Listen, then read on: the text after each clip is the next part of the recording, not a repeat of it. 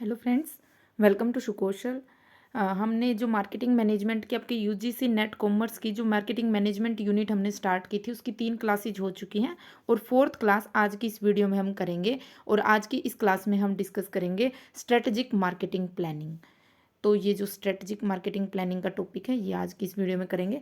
तो चलिए स्टार्ट करते हैं। देखो, स्ट्रेटजिक मार्केटिंग प्लानिंग क्या होता है। स्ट्रेटजिक मार्केटिंग प्लानिंग समझने से पहले स्ट्रेटजिक मैनेजमेंट, स्ट्रेटजिक प्लानिंग, ये स्ट्रेटजिक होता क्या है। देखो, कहीं भी स्ट्रेटजिक वर्ड आ जाए ना, वहाँ ये समझ लेना कि हम कोई भी डिसीजन स्वोट एनालिसिस के बेसिस पे ले रहे हैं। स्वोट यही strength, weakness, opportunity and threats, और इन चारों चीज़ों को ध्यान में रख के जब कोई डिसीजन लिया जाता है उसको स्ट्रेटजिक डिसीजन बोलते हैं। जब इन चारों को ध्यान में रख के जब कोई प्लानिंग की जाती है तो उसे हम स्ट्रेटजिक प्लानिंग बोलते हैं। ठीक है, इसमें देखो दो चीज़ें, जो स्ट्रेंथ और वीकनेस है, ये हमारी ऑर्गेनाइजेशन के इंटरनल चीज़ें हैं कि इस ऑर्गेनाइजेशन के पास क्या स्ट्रेंथ्स और क्या वीकनेस है।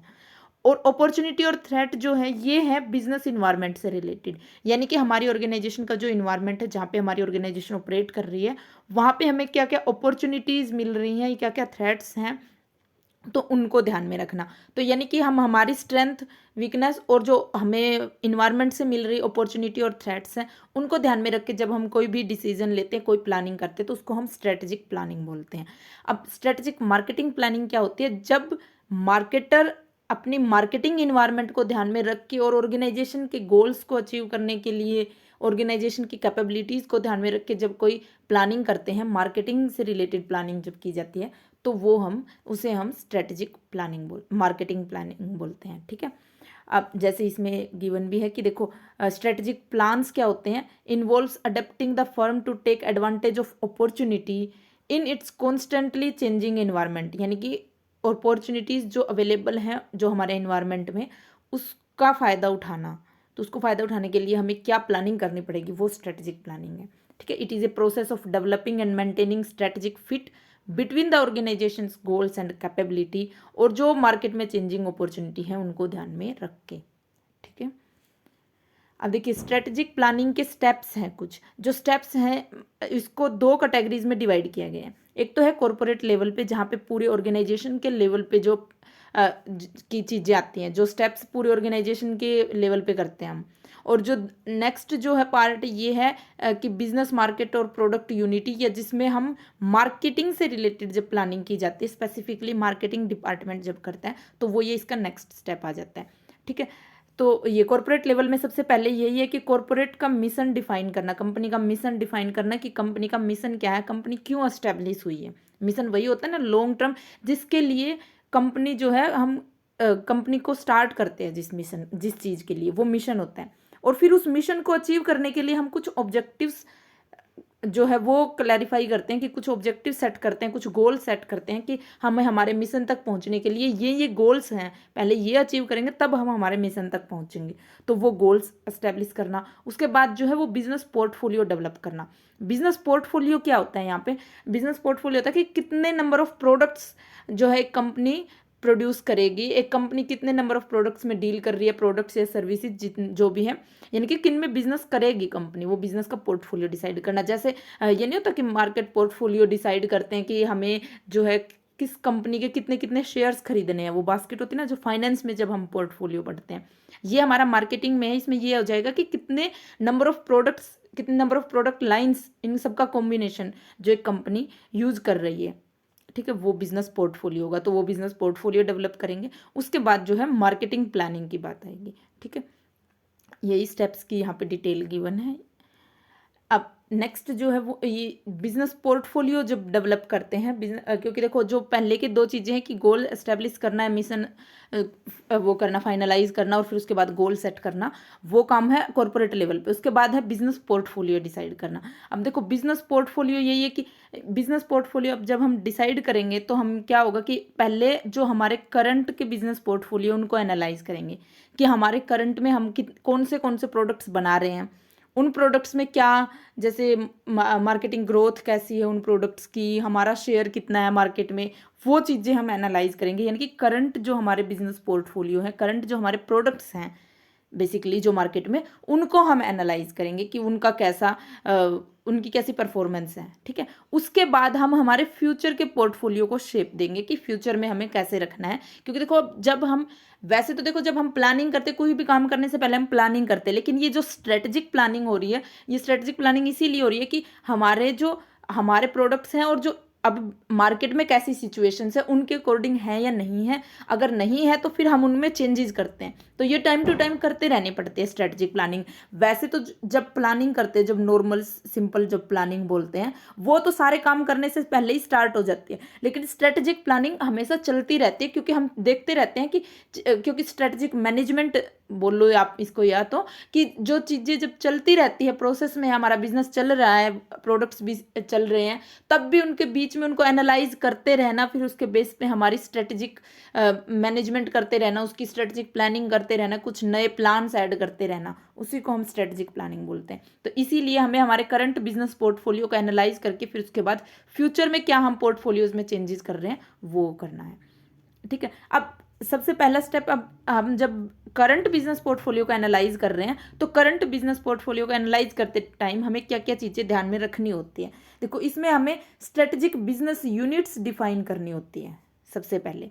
अब देखो स्ट्रेटेजिक बिजनेस यूनिट्स, इनको आप ये बोल सकते हो कि जैसे बहुत सारे प्रोडक्ट्स बना रहे हैं तो उनमें से एक प्रोडक्ट एक यूनिट हो जाएगा, वो स्ट्रेटेजिक बिजनेस यूनिट है। यानी कि इसको अगर इसकी डेफिनेशन देखें हम, कि the key business that make up the company, an SBU can be a company's division, a product line, और समटाइम्स ए सिंगल प्रोडक्ट और ब्रांड भी उसका वो SBU हो सकती है। मतलब एक प्रोडक्ट भी हो सकता है उसका SBU, ये स्ट्रेटेजिक बिजनेस यूनिट, यानी कि ये वो यूनिट है जिसको कंपनी इंडिविजुअली अलग से मैनेज कर रही है। मतलब सारी यूनिट्स को अलग अलग, जैसे हम एग्जांपल ले कि जैसे हम किसी IT कंपनी का एग्जांपल लेते हैं, IT लगा लो, या फिर ये जो मोबाइल मैन्युफैक्चरिंग की कोई कंपनी है, जैसे एप्पल का ही हम एग्जांपल लेते हैं, ठीक है। एप्पल अब देखो फ़ोन भी बना रही है, आईफोन, तो आईफोन जब वो बना रही है तो उनका एक अलग सेगमेंट है, वो एक अलग SBU बोल सकते हैं हम उसको, ठीक है, एक अलग बिजनेस यूनिट है।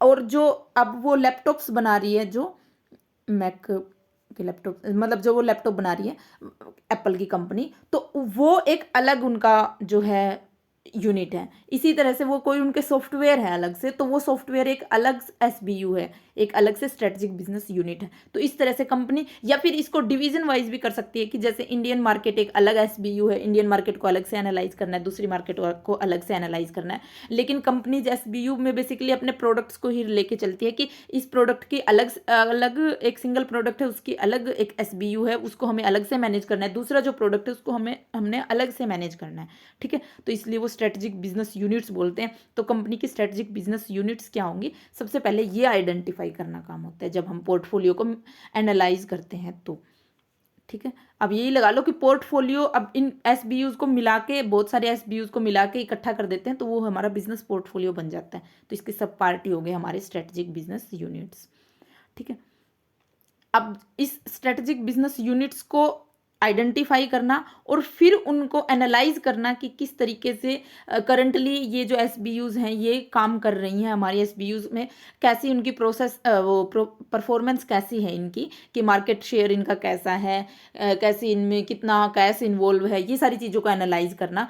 उस चीज़ के लिए हमारे पास एक ये मॉडल होता है जिसको हम बोलते हैं BCG मैट्रिक्स बोलते हैं, BCG मॉडल भी बोल सकते हो, और इसकी फुल फॉर्म है यही बोस्टन कंसल्टिंग ग्रुप, ये बोस्टन कंसल्टिंग ग्रुप ने दी थी BCG मैट्रिक्स। ये BCG मैट्रिक्स जो है ये ग्रोथ शेयर मैट्रिक्स है, यानी कि ग्रोथ और मार्केट शेयर दोनों चीज़ों को ध्यान में रख के एनालाइज करना कि ग्रोथ क्या है उस प्रोडक्ट की बिजनेस मार्केट में, और हमारा उसमें कितना शेयर है, कंपनी का उसमें कितना शेयर है। तो उन चीज़ों को एनालाइज करने के लिए एक मैट्रिक्स है, जिस ये मैट्रिक्स है, आपने देखी होगी, अगर आपने पहले से कभी मार्केटिंग की पढ़ा होगा, तैयारी की होगी, तो आपने ये मैट्रिक्स जरूर देखी होगी, ठीक है। इसमें यही स्टार है, क्वेश्चन मार्क है, काउ है और डॉग है। ये इसमें देखो क्या है कि हमें शेयर, देखो ये growth share market, growth share matrix है एक तरीके से। तो यहाँ पे ग्रोथ देखी जा रही है मार्केट की, और मार्केट में शेयर कितना है वो देखा जा रहा है, ठीक है। ये यहाँ पे वर्टिकली ग्रोथ को डिनोट किया गया है, और ये यहाँ पे हॉरिजॉन्टली मार्केट शेयर है कंपनी का। अब देखो यहाँ पे क्या है, ये ग्रीन कलर की जो ये है ना डॉट्स हैं, ये सर्कल्स बने हुए हैं, ये SBUs हैं, ठीक है। अब एसबीयूज है यानी कि ये एक अलग प्रोडक्ट है, ये एक अलग प्रोडक्ट है, ये अलग है, ये अलग है, ये अलग है, ये अलग अलग प्रोडक्ट्स भी हो सकते हैं। वैसे ही कि एक अलग अलग डिवीजन बना रखे हैं कंपनी ने, अपने जो बिजनेस पोर्टफोलियो को डिवाइड कर रखा है अलग अलग यूनिट्स में, ठीक है। तो वो ये यूनिट्स हैं। अब इन यूनिट्स को एनालाइज करना है कि यूनिट इन 4 कैटेगरीज में से, स्टार, क्वेश्चन मार्क, काओ और डॉग, इन 4 कैटेगरीज में से हमारी जो एसबीयूज है वो कहाँ लाए कर रही है, और उसी के अकॉर्डिंग फिर हमें आगे डिसीजन लेना है, उसके अकॉर्डिंग एनालाइज करना है। अब जैसे सबसे पहले जो स्टार है, स्टार में क्या है कि स्टार में हमारी हाई तो मार्केट ग्रोथ रेट है और हाई इसमें हमारा शेयर है। यानी कि अब स्टार में जैसे ये लगा लो कि एप्पल का आईफोन है, तो आईफोन की मार्केट ग्रोथ रेट भी बहुत ज़्यादा है, ठीक है। और उसमें क्योंकि मार्केट ग्रोथ रेट यहाँ पे हम देखेंगे कि फ़ोन्स की, ठीक है, स्मार्टफोन्स की ग्रोथ रेट भी बहुत ज़्यादा है, ठीक है। और उन स्मार्टफोन की मार्केट में एप्पल का जो शेयर है वो भी बहुत ज़्यादा है, ठीक है। दोनों चीज़ें बहुत ज़्यादा हैं, तो ये स्टार कैटेगरी की एसबीयूज होती हैं। तो यानी कि यहाँ पे ये वो वाली प्रोडक्ट्स या वो वाली स्ट्रेटेजिक बिजनेस यूनिट्स हम लेंगे जिसमें कंपनी का शेयर भी बहुत ज़्यादा है और उस मार्केट में ग्रोथ भी बहुत ज़्यादा है, ठीक है। तो वो सबसे बेस्ट क्वालिटी की जो है हमारी यूनिट्स होंगी, तो सबसे अच्छी जिनको माना जाता है, सबको यही टारगेट होता है कि वो स्टार अचीव कर लें कि अच्छी मार्केट ग्रोथ भी और उसमें हमारा शेयर भी ज़्यादा है, ठीक है। उसके बाद जब क्वेश्चन मार्क है, क्वेश्चन मार्क में क्या होगा कि मार्केट में ग्रोथ रेट तो देखो हाई है, लेकिन जो मार्केट में हमारा शेयर है, हमारी कंपनी का शेयर है वो कम है, ठीक है। तो हम पूरी तरीके से फ़ायदा नहीं उठा पा रहे हैं। तो हमारा शेयर क्यों कम है, यानी कि हमारी अंदर कमी है ना कुछ, हमें उसमें और इन्वेस्टमेंट करने की ज़रूरत है उन एसबीयूज में जहाँ पे हमारा शेयर कम है लेकिन मार्केट में ग्रोथ बहुत अच्छी है। तो यहाँ पे कंपनीज को बहुत काम करने की ज़रूरत होती है। यानी कि अगर उनकी जो एसबीयूज है वो यहाँ पे लाए करती हैं, तो यानी कि उन एसबीयूज पे कंपनी को बहुत ज़्यादा ध्यान देने की ज़रूरत है, क्योंकि उसमें कंपनी का खुद का है ना, मार्केट में तो ग्रोथ है, यानी कि जो बिजनेस इन्वायरमेंट है उसमें तो अपॉर्चुनिटी है अवेलेबल, लेकिन कंपनी की खुद की स्ट्रेंथ नहीं है वहाँ पे, तो वो कंपनी को खुद की स्ट्रेंथ पे काम करने की ज़रूरत है। उसके बाद जब जो ये है काओ, काओ में देखो क्या है कि हमारा शेयर तो बहुत ज़्यादा है उसमें, ठीक है, लेकिन मार्केट में ग्रोथ नहीं है उसकी, ठीक है। तो इसलिए ये चीज़ जब जैसे हम टैब्स के लिए देखते हैं, टैब्स में एप्पल का शेयर बहुत ज़्यादा है, मार्केट शेयर एप्पल का बहुत ज़्यादा है टैब्स में, लेकिन टैब्स की जो मार्केट है वो इतनी ग्रोथ नहीं हो रही, मतलब उसमें मार्केट रेट ग्रोथ इतनी है नहीं जितनी स्मार्टफोन्स में है जैसे कंपेयर टू। तो टैब्स में इतनी मार्केट ग्रोथ नहीं हो रही है, लेकिन कंपनी का शेयर है उसमें बहुत ज़्यादा, तो इसलिए इसको हम कैश काउ बोलते हैं कि यानी कि कंपनी का बहुत ज़्यादा कैश, बहुत ज़्यादा इन्वेस्टमेंट इसमें इन्वॉल्व है, लेकिन ये कुछ फ़ायदा दे ही नहीं रही है क्योंकि आगे ग्रोथ की इसमें कुछ चांसेस कम है। तो इसलिए ग्रोथ कम है तो इसमें से हमें पैसा निकालना चाहिए, यानी कि और इसमें डालना चाहिए। एक ये सिंपल सा होता है ना, ऐसी स्ट्रेटजी देखो, ऐसी स्ट्रेटजिक प्लानिंग होती है कि आप जैसे अच्छे से समझोगे कि यानी कि कैश काउ में अगर हमारा कुछ है ज़्यादा, मतलब कैश काउ में जो हमारी एसबीयूज हैं उन एसबीयूज में से हमें पैसा निकाल के यहाँ डालने की जरूरत है, क्योंकि यहाँ इन्वेस्टमेंट की नीड है और यहाँ इन्वेस्टमेंट पहले से ज़्यादा हो रही है, वहाँ पे ग्रोथ इतनी है ही नहीं, तो जहाँ पे ग्रोथ है हमें वहाँ डालना चाहिए पैसा, तो हमें यहाँ डालना चाहिए, ठीक है।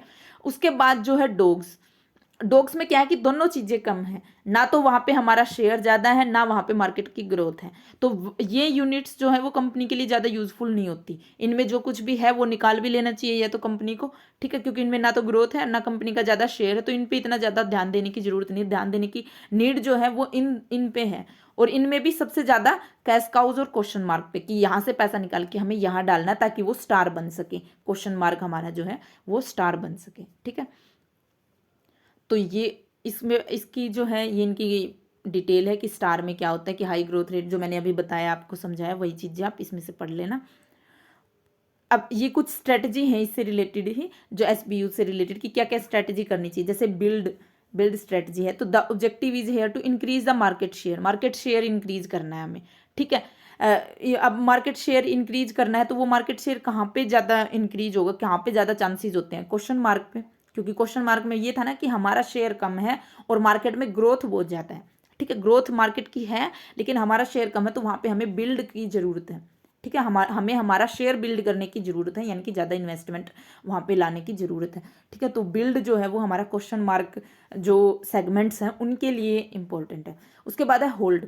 होल्ड का मतलब है कि हमें हमारी जो जो भी स्ट्रेटजीज हैं उनको होल्ड पे रखना है, क्योंकि वहाँ पे मार्केट ग्रोथ ज़्यादा नहीं हो रही है, तो हमें उनमें और ज़्यादा इन्वेस्ट नहीं करना है। जो भी हमारा पहले से उसमें लगा हुआ है बस उतना काफ़ी है, वो भी अगर एक्स्ट्रा है तो उनको एनालाइज करके वहाँ से निकाल लो। तो ये कैश काउज के लिए है, क्योंकि हमें वहाँ पे होल्ड पे रखना है, क्योंकि हमें वहाँ पे इंक्रीज नहीं करना। अब जैसे स्टार है, वहाँ पे हम इंक्रीज कर सकते हैं क्योंकि वहाँ पे ग्रोथ रेट भी ज़्यादा है, हमारा शेयर वैसे ज़्यादा है पहले से, लेकिन अगर चांसेस है तो हम वहाँ पे और बढ़ा सकते हैं क्योंकि वहाँ पे ग्रोथ रेट भी ज़्यादा है। लेकिन यहाँ पे ग्रोथ रेट नहीं है तो यहाँ पे हमें ज़्यादा नहीं बढ़ाना। तो होल्ड स्ट्रेटजी जो है वो हमारी कैश काउ से रिलेटेड है।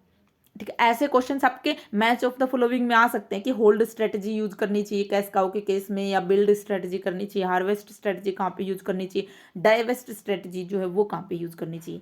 ठीक है, ऐसे ही हार्वेस्ट स्ट्रेटजी है। देखो, हार्वेस्ट का मतलब कि हमें उसमें कुछ और डालना है, तो और जब हमें डालना है उस चीज़ में, यानी कि हमें उसमें कैश की ज़रूरत है, जैसे कि क्वेश्चन मार्क में नीड है हमें, ठीक है, या डॉग्स में भी ये हो सकता है कि हमारा उसमें शेयर कम है इसलिए उसमें प्रॉफिट नहीं हो रहा है, या क्या चीज़ है कि हमें डॉग में भी कुछ और इन्वेस्टमेंट करने की नीड है या नहीं है, और क्वेश्चन मार्क में तो है ही। तो ये जो क्वेश्चन मार्क से रिलेटेड है हमारी हार्वेस्ट स्ट्रेटजी।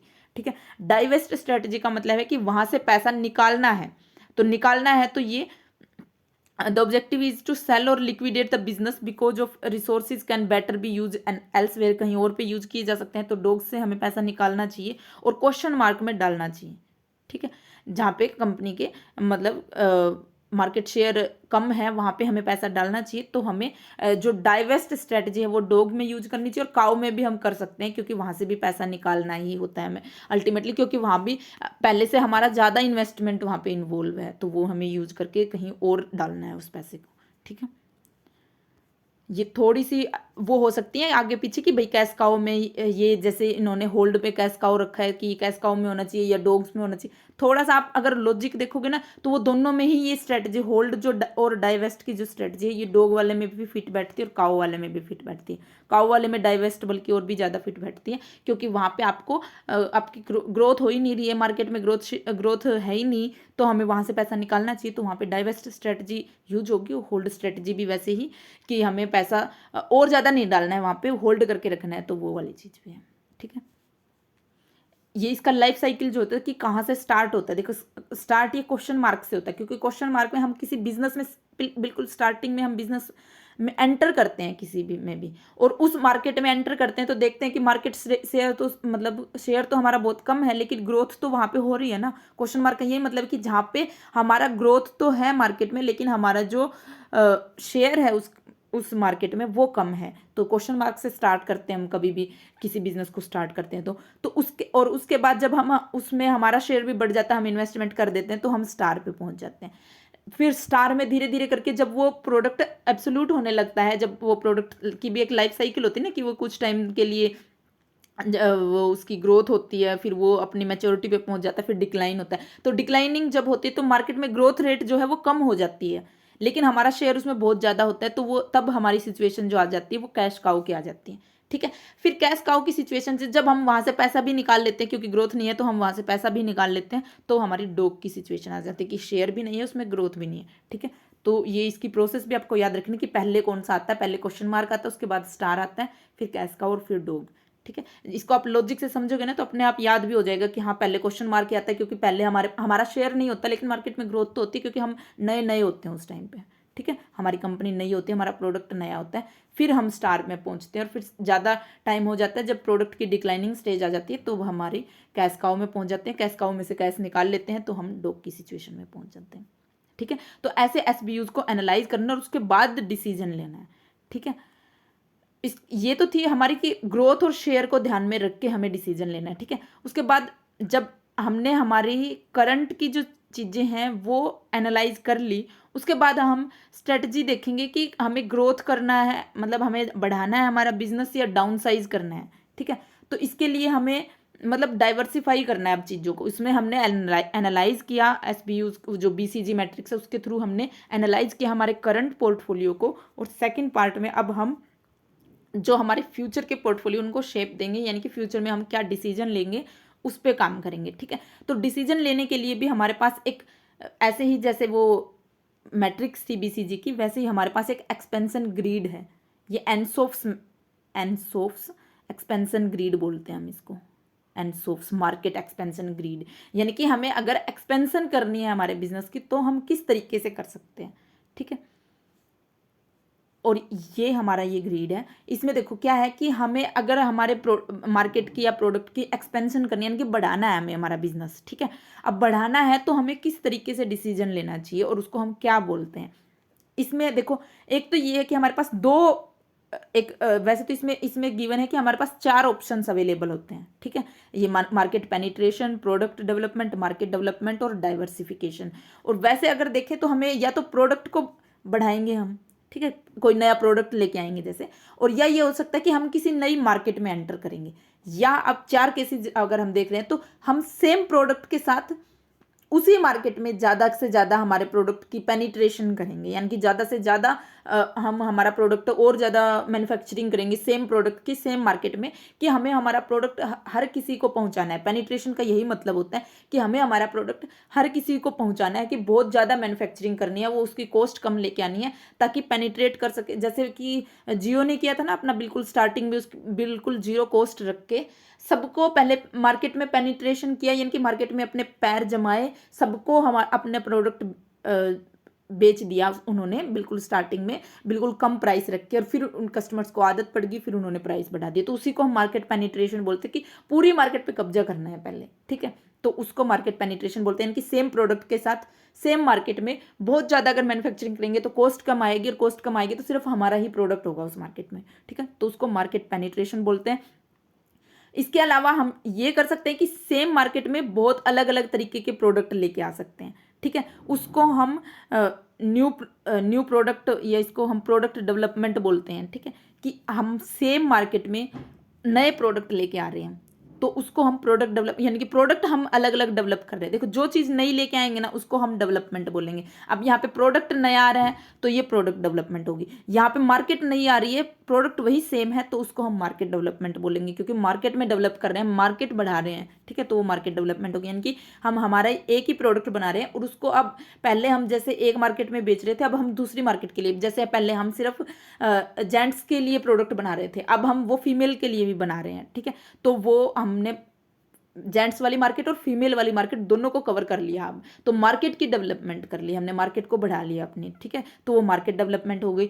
और जो ये फोर्थ चीज़ है ये है कि डाइवर्सिफिकेशन की बिल्कुल अलग चीज़ लेके जानी, नई मार्केट और नए प्रोडक्ट के साथ जाना है हमें। नई मार्केट में ना एग्जिस्टिंग प्रोडक्ट यूज करेंगे, ना एग्जिस्टिंग मार्केट यूज करेंगे, नया ही प्रोडक्ट होगा और नई ही मार्केट होगी, तो उसको हम डाइवर्सिफिकेशन ही बोलेंगे ना, कि बिल्कुल अलग चले गए हम, ठीक है। तो उसको डाइवर्सिफिकेशन बोलेंगे। ये एनसोफ्स मैट्रिक्स है, एनसोफ्स एक्सपेंशन ग्रीड भी बोलते हैं, एनसोफ्स मार्केट एक्सपेंशन ग्रीड, ये लिख लेना आप, इसमें रह गया ये एनसोफ्स मार्केट एक्सपेंशन ग्रीड, ठीक है।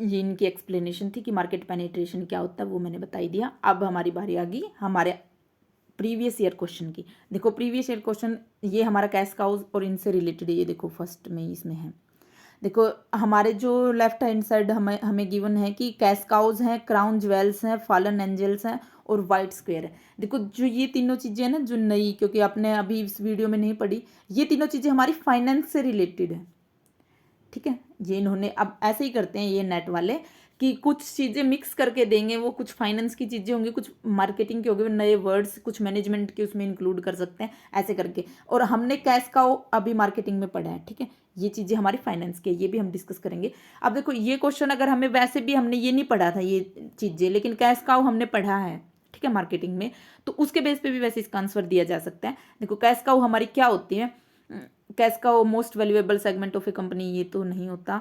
The third party friendly to management who help a company avoid unwanted take over, ये भी नहीं होता, ये भी फाइनेंस से रिलेटेड आ गया, यानी कि इन तीनों से रिलेटेड होगा। ए बीसीजी टर्म है ये बोस्टन कंसल्टिंग ग्रुप की, हमने बीसीजी मैट्रिक डिस्कस की। For business segment which have high market share but low growth, यही होता है हमारे कैश काउ में। तो हमारा ए का जो है वो थर्ड आ जाएगा, और ए का थर्ड हमारा एक ही ऑप्शन में है, फोर्थ ऑप्शन में, तो वैसे इसका आंसर जो है फोर्थ हो जाएगा यहाँ पे, ठीक है। लेकिन अब हम ये भी डिस्कस कर लेते हैं कि ये तीन चीज़ें क्या होती हैं। वैसे ये फाइनेंस का टॉपिक है, लेकिन एक बार कर लेते हैं। देखो सबसे पहले क्राउन ज्वेल्स। क्राउन ज्वेल्स क्या होते हैं, कंपनीज मोस्ट प्राइज्ड और वैल्यूएबल एसेट्स, जिनको इनटेंजिबल एसेट्स जो होती हैं कंपनी की, बेसिकली, और बहुत वैल्यूएबल है, वो किसी और के पास नहीं है और मोस्ट प्राइज्ड है।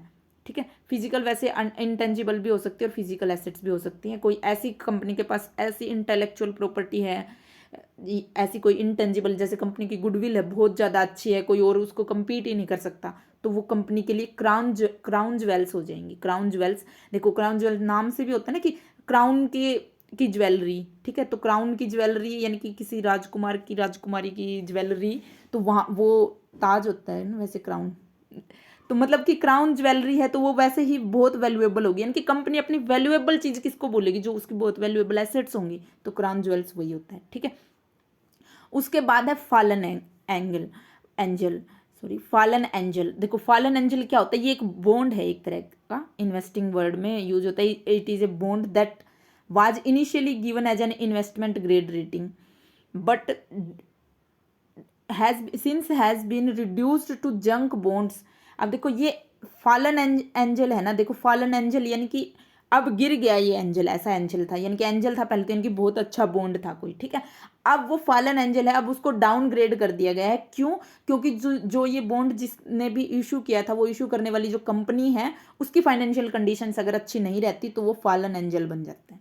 ठीक है, कोई भी ऐसे जैसे ये बॉन्ड के लिए यूज हो रहा है, वैसे अगर हम देखें कि किसी कंपनी का शेयर था, बहुत अच्छी कंपनी थी वो, ठीक है, लेकिन वो एकदम से वो डूब गई, मार्केट शेयर गिर गया उसका बहुत ज़्यादा। ठीक है, तो अब उस कंपनी के उस शेयर को हम फॉलन एंजल बोलेंगे।